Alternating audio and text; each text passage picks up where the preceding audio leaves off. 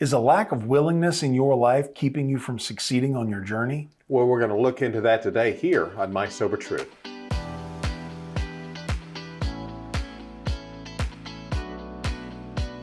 Well, it's June 4th and it's time for another double shot of My Sober Truth. Letting go of our old selves. Whew. Yeah. You know, the more you read, the more that shiver goes up your spine a little bit. Yeah. And it's interesting. You've talked about this before. Well, I've talked about this before, of how, you know, I love the terminology steps. It's like the old timers knew exactly what they were doing. Right. You know, one step at a time, not leaps. Exactly. Not jumps, but one steps. And so step 6 is a doozy. Yeah, by far. is. And it's prepping for obviously step 7.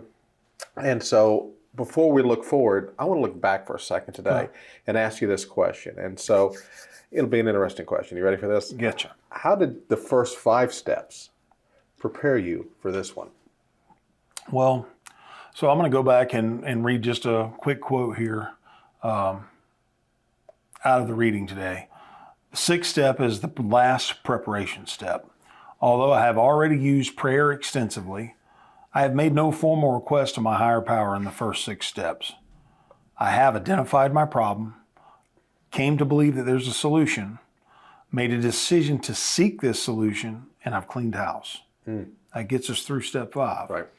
So what I needed was this willingness, and these first 5 steps definitely helped me get there. And you don't even really realize it as you're going through it. Like I've talked about before, it's like a puzzle piece. You don't know which puzzle piece you need until you get the one that goes right next to it, and then you can kind of look at it and see how it all fits together. But I did come into recovery with a pretty good amount of willingness. I was ready to change. Where the rubber really met the road with me, so I was ready to make these big sweeping changes. Like I understood that not drinking and drugging again was going to be a major part of what I was trying to do.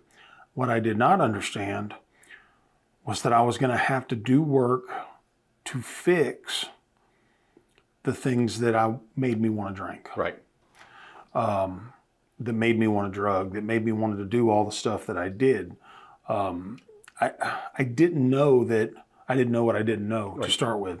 So, you know, I didn't understand that my use of substances, I thought that was my problem.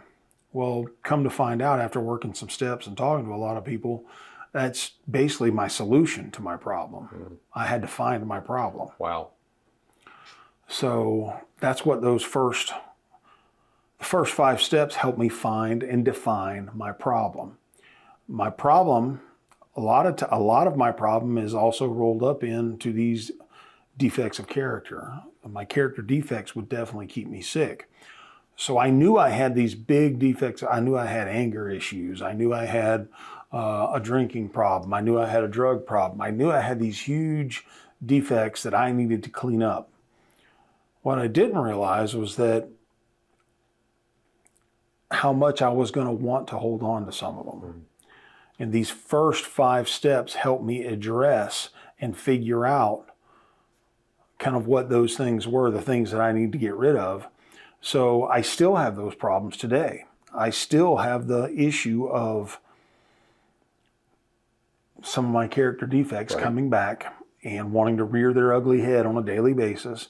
And I have to remember that I'm not being my best man. I'm not doing the things that I want to do. I'm not living the life that I have decided that I want to live if I let those things live inside me, even though they feel comforting sometimes. You know, even though it feels comforting to, you know, sometimes to slight someone behind their back or do these things that just seem like little tiny things that don't make that big of a deal. They're a huge deal because over the course of time, they pile up on you and they hammer on your self-esteem. And your self-esteem is what we're trying to build up here, not your ego. That's totally different. Your self-esteem. It's hard to live a great life if you don't feel like you're a good person, you know?